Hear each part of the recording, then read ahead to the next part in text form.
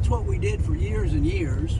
And how many zones you measure for understanding the health of the soil or health of this field? How many zones you recommend for farmers to use? Are you meaning how many samples per? No samples. No, which about zones? How many zones you need to correct advice for farmers? As long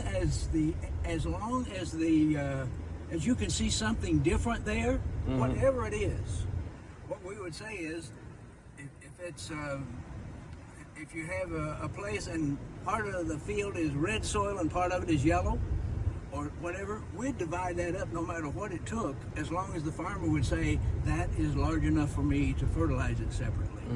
If he said, oh no, that's too small, then we just wouldn't sample that part. Just stay out of it until it finally got to the point that a lot of farmers that would say, well, I can only do 10 acres. Well, then they'd say, oh, I guess I could do 5 acres because it makes more difference. And then some of them would get down to where they'd say, well, you know that half acre that never raises anything? If you tell me what to do, I'll fertilize it.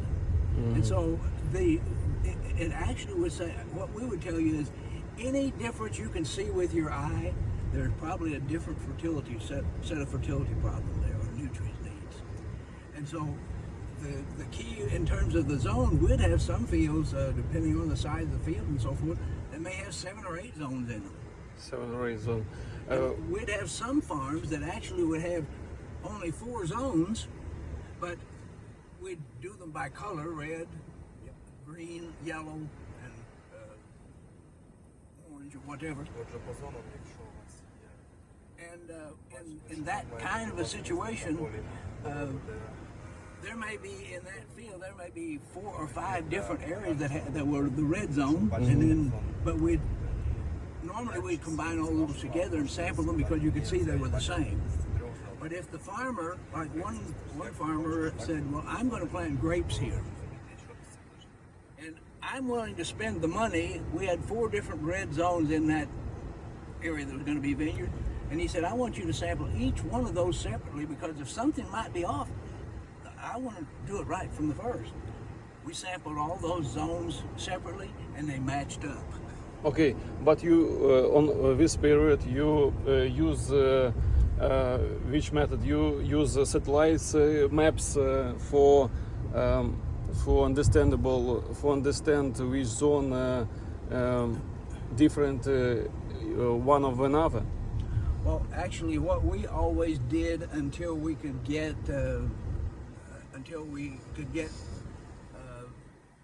maps based on yield, because we could actually from yield or from NDVI.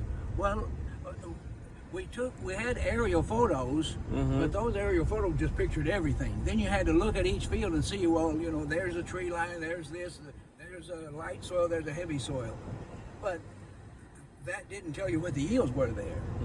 Well, then once farmers started to be able to get yield maps, we could take that and correlate it with what we had walked out in the field and actually physically measured. Yield maps helped us to hone in, or help the farmer to hone in on places, but the problem was you could show a farmer maybe he had a quarter of a field that always made his best yield, and you could show him, okay, that's why you always get the best yield there. You put that on these other parts of the field and you can get the same yield. And he'd say, but I hire this fertilizer put on by a company and they don't know where to turn around in the field. And so as a consequence in that regard, we had to wait until GPS came along. And then if you got an applicator that was tuned to GPS, then we could come in and apply just exactly. And that's one of the things that Alan does. I don't think he mentioned it there, but he has spreaders that they actually come in and spread based on what the zones, in terms of using GPS, what those zones show need to be needed. And they'll have parts of a field that need no lime at all, and other parts may need half a ton, and other parts may need 3 tons, and whatever part. But in terms of getting that done and setting up the zones, he said on his farms, just the money he saved in limestone that would have been spread, that didn't need to be spread, paid for getting the the zones established the very first year. He said it was worth that because we saved more money because always before they'd set it on one thing and do the whole field. No. Flat rate and we go. So We use on our farm just the same situation. We have a spreader, Sulky from France. Sulky can apply different variation application on which zone. In each zone, it's right and it's work on our farm and you say just the same on your farms.